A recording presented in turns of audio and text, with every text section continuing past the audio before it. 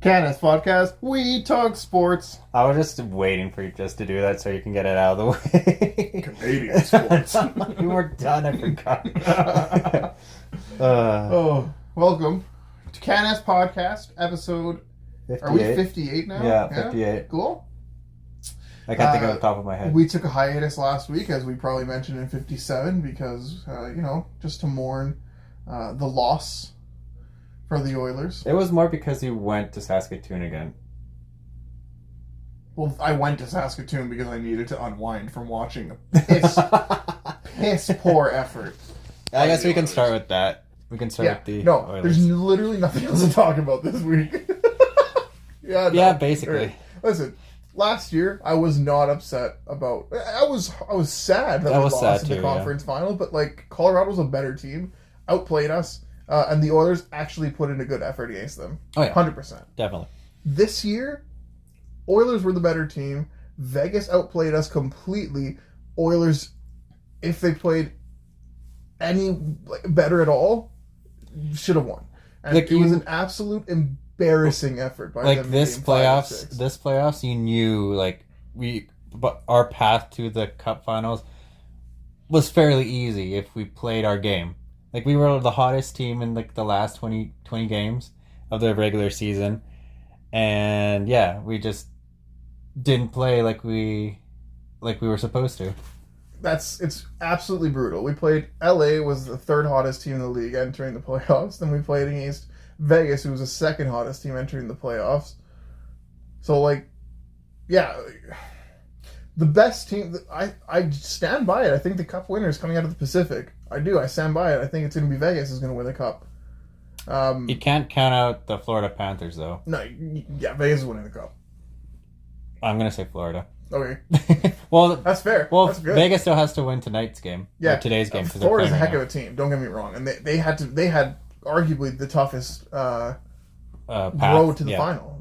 To go through Boston and then Toronto, and then the fourth best, and then Carolina. Yeah, they had the toughest trip, 100%. Oh yeah, they're outperforming. They're playing exceptional hockey right now. They're very well coached. Paul Maurice has won a cup before. He knows what he's doing. Yep.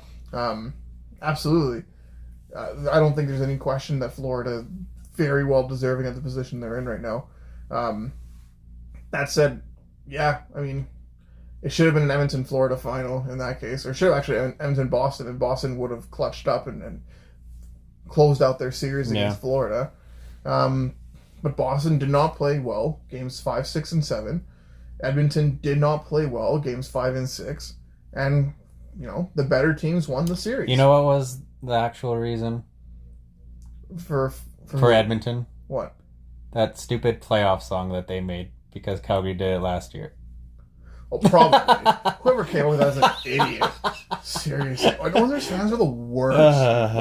I'm really disliking those guys so often.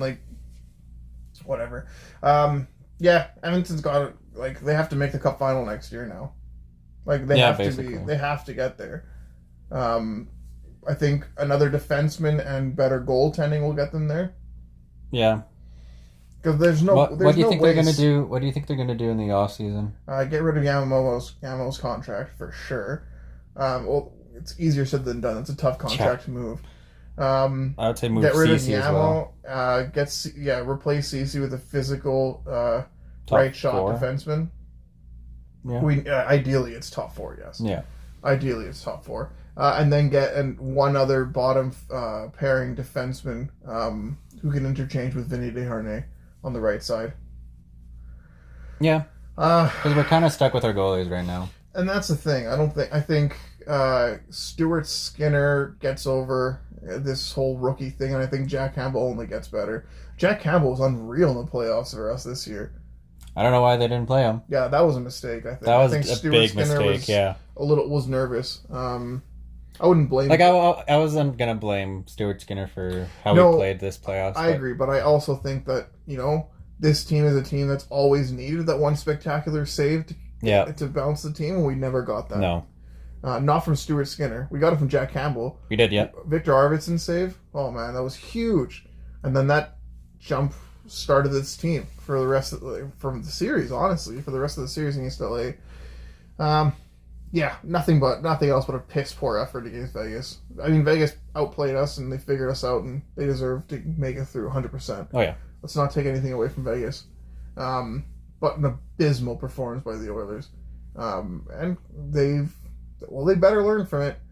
I've learned my lesson. Even though we're the favorites, I can never expect them to win.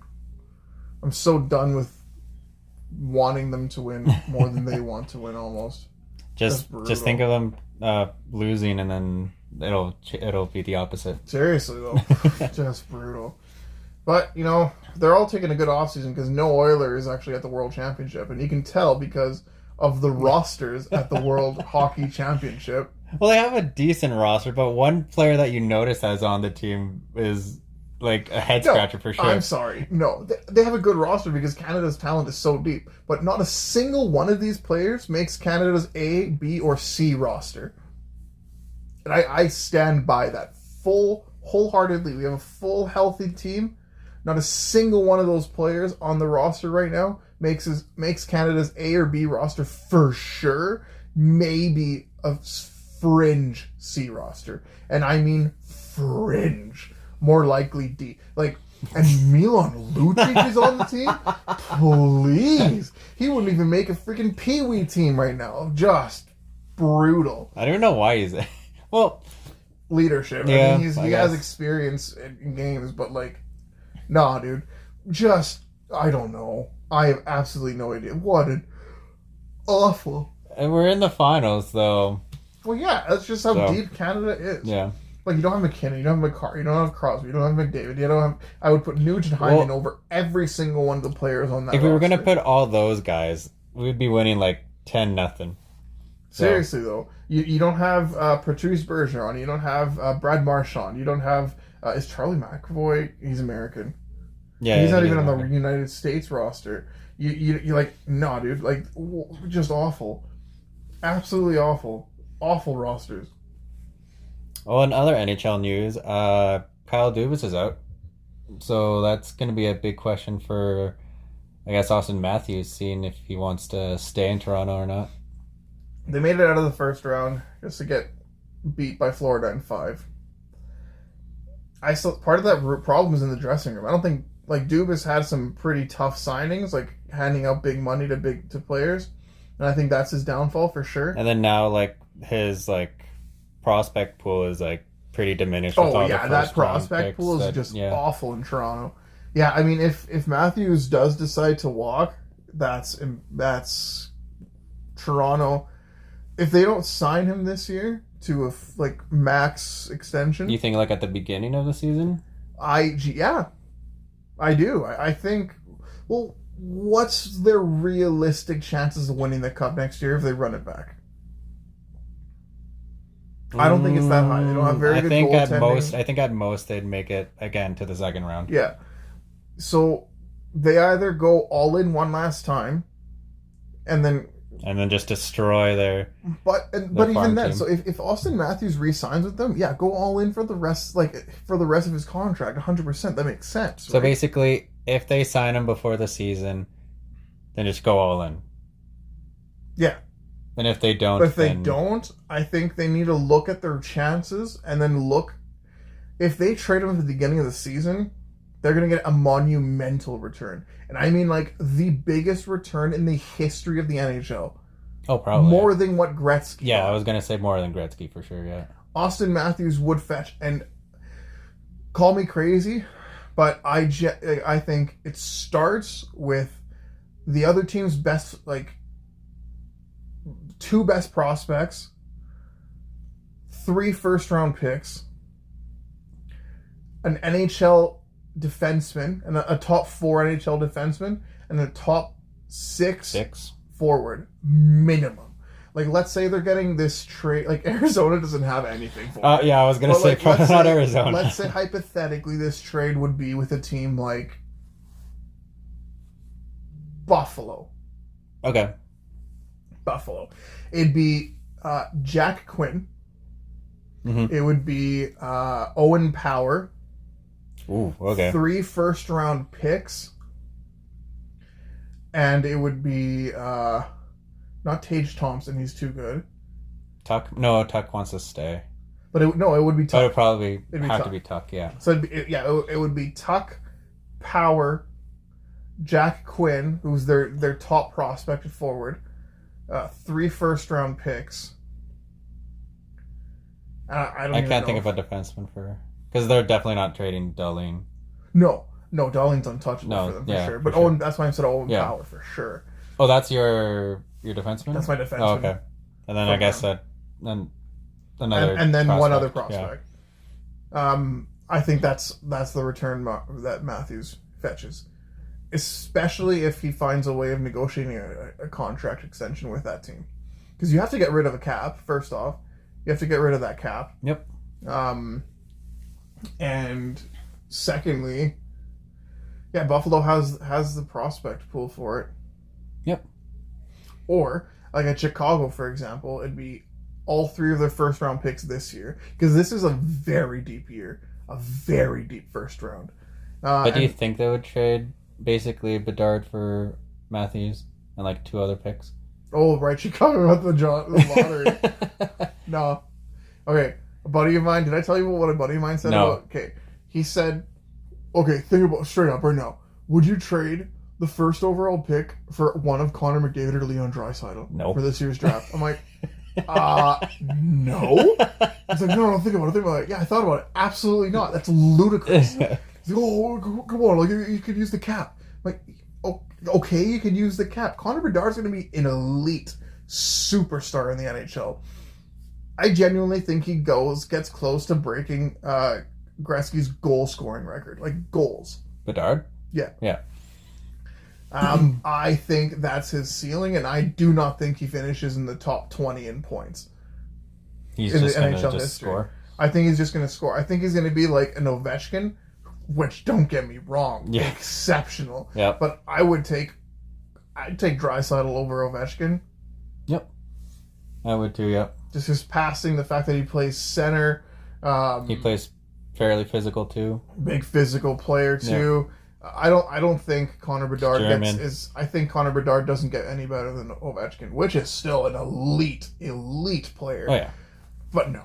And even then, his prime isn't going to be for another 6-7 years. We're in win now mode. That's not happening. Why would you possibly trade one of the 2 best players in the world right now?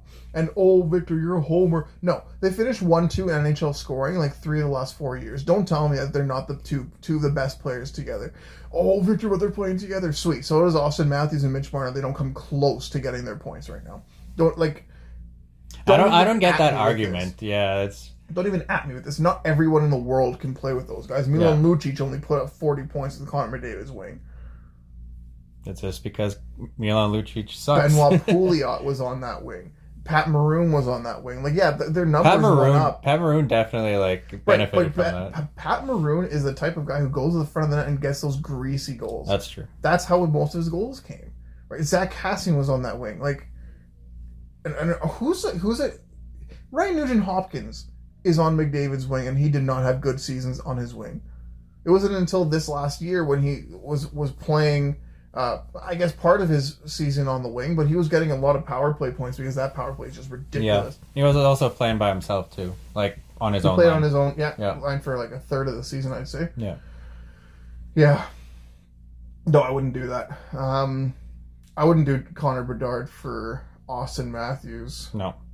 If I was Toronto, I think it would take a lot less of a trade. I think it'd be Austin Matthews for Connor Bedard and maybe like a top 4 defenseman. Who do they have besides Jones? Oh yeah, they don't have a single defenseman. Maybe they get rid of Jones's contract. They would do that actually. But then they wouldn't really have Jones and Bedard a defense. for Matthews. They wouldn't have a defense though. Have you? Yeah, I guess so. Hey, okay. Off top, different topic now. Sorry, because I just thought about this. Arizona Coyotes. Do you follow them on Twitter at all? Oh, like I've seen some tweets from them this past week. Okay, so they're all tweeting like, "How far would you drive?" Like they're putting polls on their Twitter asking I've their seen fans, that. Yeah. How far would you drive for a game? Or like, where should we relocate? And all the answers were nowhere, nowhere, nowhere, nowhere. If you look at how many replies they got, like on the like how many answers to the poll and how many actual like retweets and replies they got. It's like 10-1 almost. Like this most recent poll is like more like fans or like Arizona fans are meant commenting on there, but like I don't have a doubt that they're deleting some of those tweets or like just blocking them. Like there's no way. And then so many comments like this last one, like, how long would you drive? I'm like, well, you know, Quebec City is like a 5-hour plane ride. I'd do that. Wait, one of the replies was that? Well, I put that. Oh, okay. I put something like, I'd go to Quebec to see a game. Absolutely. Oh, that's hilarious. That is the biggest joke of the NHL, which is part of the reason, like, I'm an Oilers fan, diehard Oilers fan. Yeah. I am not a fan of the NHL whatsoever. Oh, no. I cannot stand this league. I think it's corrupt. I think their executives are a joke. How does Jamie Benn get 2 games, but Pietrangelo gets 1? That's my first confusion. Well, Jamie Benn's did look a little bit worse than a 2-handed tomahawk slash was worse than a cross replay. check. I guess the replays that I've seen, they were kind of slow mo. So I guess that Jamie Benn deserved a suspension. For sure. Yeah. I thought that was as bad as Pietrangelo's.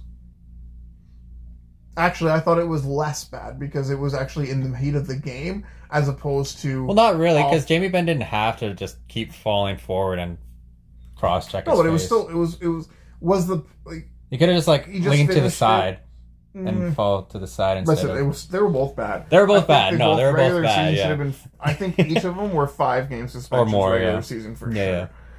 But yeah. And, okay, same argument. Darnell Nurse... Is that anywhere near as bad as no? No.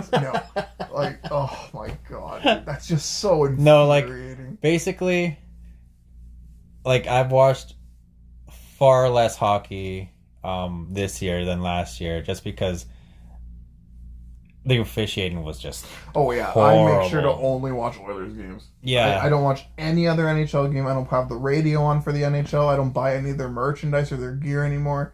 Nothing. I have nothing NHL.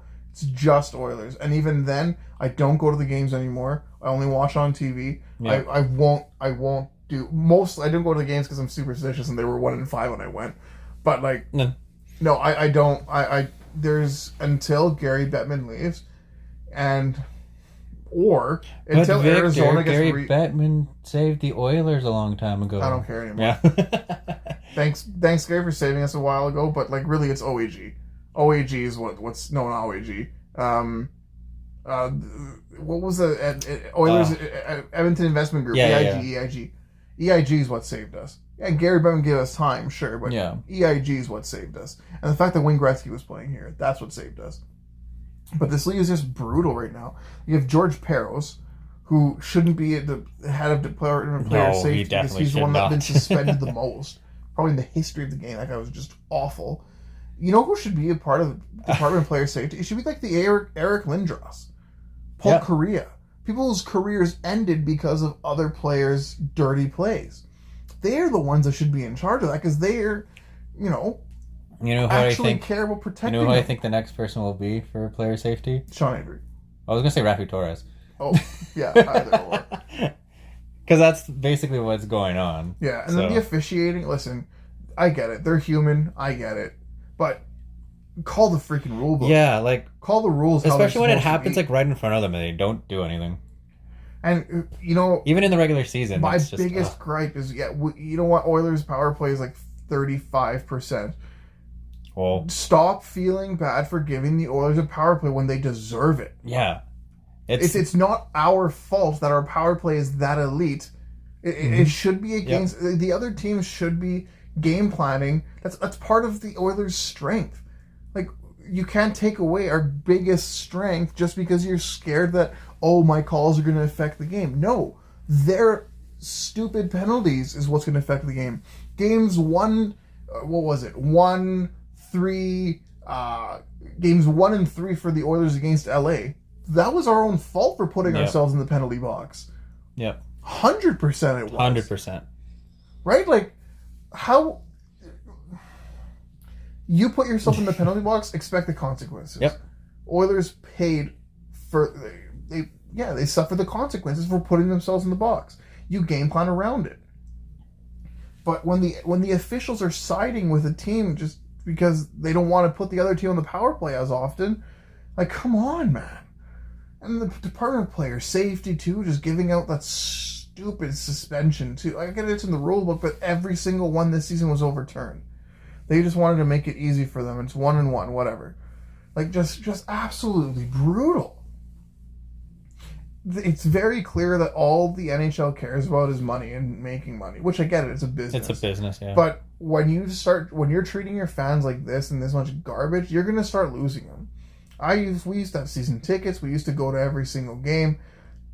And now that was in the decade of darkness too. I used to have NHL Center Ice, and I watched every other team's games. Like, I used to watch the NHL and follow it all the time. And now when I only watch Oilers games. When me and Chris had Center Ice, I'd be watching like all the games that I could, just because I really love hockey. Mm-hmm. And now the last year and this year, it was just I just couldn't.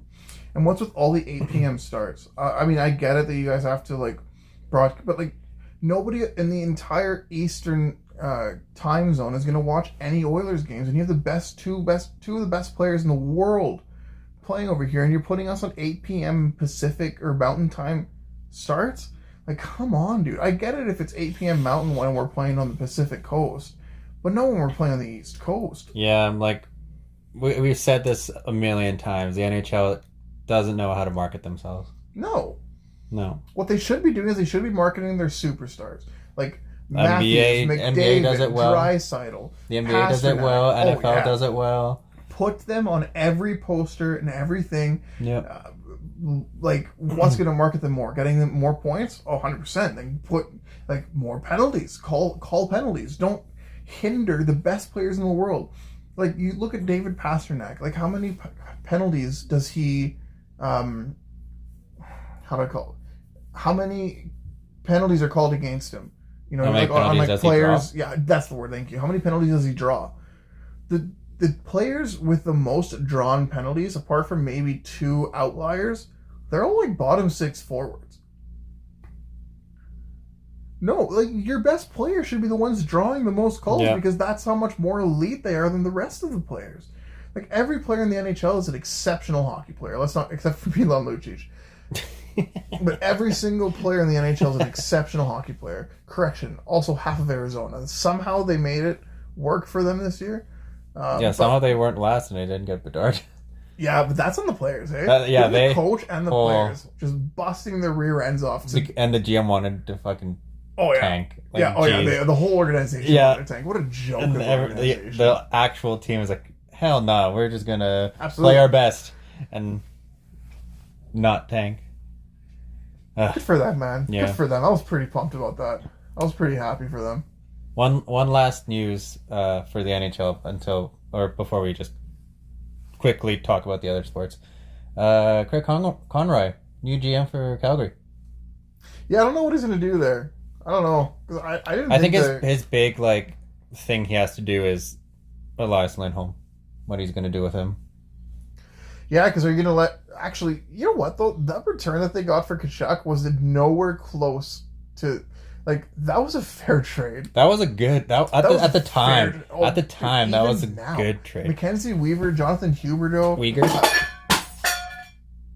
Oops. A prospect. And a first-round pick or something. That's a good return. I don't even know what fell. I don't know. But it broke. We know probably. That for sure. Yeah. No, I heard the smash. It broke.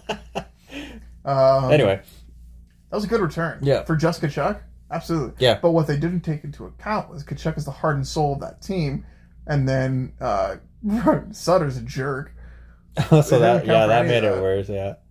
They just they don't have much leadership on that team. And I think the fact that it was Sutter, I think that hindered them completely. I still think Calgary is an exceptional team, and they should be fighting for first in the West next year. It's a good team. Yeah, they're just going to have to really bolster up their team. They need to bolster up the leadership on that team. And I think similar to what Edmonton needs. I Yeah, think we just need a couple defensemen. Defensemen, but like playoff experienced defensemen get them in here. Matthias Ekholm was a brilliant addition for us. Yeah, we have him for like 3 more years. Yeah, so that's what we need to do. I don't blame Ken Holland for this at all. No, I think it was all on the team. Yeah, it was all on the team. They should have played a lot harder. Absolutely, like you could totally tell, especially in the Vegas series, that it didn't look like they were trying, even though they probably were, but yeah, not as much as they're supposed to, especially in the playoffs. Absolutely, it's just absolutely brutal. Oh well. I'm gonna cry myself to sleep. No, don't cry yourself to sleep. Jays are doing okay. No, they're not. They're awful. I wanted to be positive, Victor. No, they're playing terribly, dude. They had a players-only meeting the other day after their series loss against the Rays, and it's like, yeah, we need to wake up, boys. Like, that's awful. Blue Jays are playing horrible right now. They're pitching. Yeah. Alek Manoah, and Gossman, whatever the first name is, awful, dude. They're playing horrible. The offense isn't coming up either. Like they're gonna wake up though. I don't doubt it. They're too good of a team not to wake up, but they're playing awful right now. They have 5 more months till October, so yeah. You know what's positive, and I'll say this: Corey Connors was leading the PGA Championship for 2 days. That was good. Oh, that's good. Oh, he choked. Yeah, but I wouldn't he was doing pretty well there. That was nice. That was nice to see a Canadian contention there. There's for a bit. Nick Taylor was in this week's tournament. I think he got cut. That wasn't good. Yeah. Yeah. And then I guess one last Canadian sports. Mm-hmm. Lance Stroll qualified 14th in the Monaco Grand Prix. Oh, well, that's not bad. It's not last, but yeah, it's not last. Monaco is a really tough course anyway, so and it's because it's lots of very sharp turns and narrow roads. So, but I'm not that sad that he qualified 14th. Mm-hmm. And then is there a single Canadian on the? Oh yeah, our homie Jamal Murray is into the NBA Finals. He's Canadian. Jamal Murray, the starting point guard for the Denver Nuggets. I actually thought he was American. No, he's Canadian from Bradford, Ontario. Nice. Yeah, that was huge. I really hope that he wins it this year. Who are they going to play? Actually, they're going to play the Heat. Have you seen them play? The Denver Nuggets are... Yeah, Nikola Jokic is a monster. Yeah. Did you know he's a second-round pick? No. There's 2 rounds in the freaking NBA draft, and he was a second-round pick, 40-something overall. What? I know. That's a steal. Because that's a perennial MVP. They somehow developed that. Unreal, dude. Unfreaking real. I'm actually probably going to watch the NBA Finals. I definitely will watch the NBA Finals. Yeah. I support the NBA, absolutely. Oh, definitely, yeah. Yeah. And then, what is it? Oh, just because I know somebody's going to tell me that we didn't talk about CFL, this preseason started. That's it. Yay! I'm just waiting for the NFL to start. Seriously, I'm so pumped for the NFL to start. Especially for the Seahawks this year. Holy, they drafted really well. I don't know much of your... did you draft any Canadians? I don't think so. Then it's not important. But it's my team, Victor. Because our defense improved big time. We got the number 1 receiver in the first round. And we got a really, really good running back in the second round. So our team is probably one of the teams to watch. But because there's not a lot of Canadians on my team, that doesn't matter. Correct. Correct. Yeah, but we had a couple Canadians taken in this draft, so that was nice. And a couple should be making some big impacts on the teams that they went to, so that'll be good. Yeah, I'm also just pumped about the NFL season to start. Mm-hmm. I'm excited to watch some real football. I'm so excited for my ritual of going over to my friend's place to watch all-day football. Real American football. Speaking of real football news, Alphonso Davies and Bayern Munich won their the Bundesliga title today. For the 21st year in a row or something? I think it was the 11th year in a row. Or something. Yeah. And they only won because Borussia Dortmund choked. I was gonna say, like, they were ahead, weren't they? Yep. Like, I've seen so many tweets and TikToks about Dortmund, like, basically going to win, and then I guess they didn't, and they choked. Yeah, no, it was good. Good for me, because that's my team. That's your team too, I think, now. Bayern? Yeah. No, I don't have a football team. I have whatever. I just support Canadian players. Oh, okay. Like Lille, for example. I like watching and supporting Lille because of Jonathan David. Yeah. So I support whoever is a Canadian talent on there, or Tejan Buchanan in Club Brugge, or Kyle Larin in Real Villadroid. So you just follow the players and their teams. I follow the players. Yeah, the Canadian Alistair Johnson over at was it Celtic, I think, or yeah, Celtic, I think it was Celtic. Yeah, he's playing unreal right now. That's been good.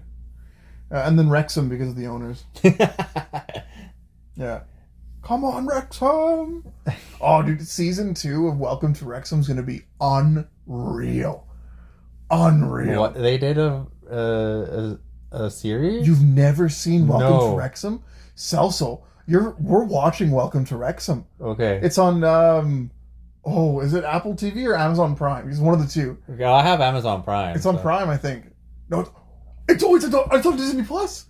Okay, I do have It's Disney on Plus Disney too. Plus. Oh, you have to watch it. Okay. Unreal.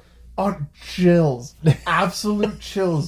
Season 2 is coming out. Oh, no, you need to binge it. You need to absolutely binge it. I'll binge it. I'll try to binge it. 100% before season 2 comes out. Oh, When's my it coming God. out? I don't know. Stop knocking stuff. It's your fault this time. What do you mean? I didn't do anything. I didn't even move. All right. Before we break this house, that's everything for episode 58 of the Canas podcast. Tune in next week where we break a lamp. See you later.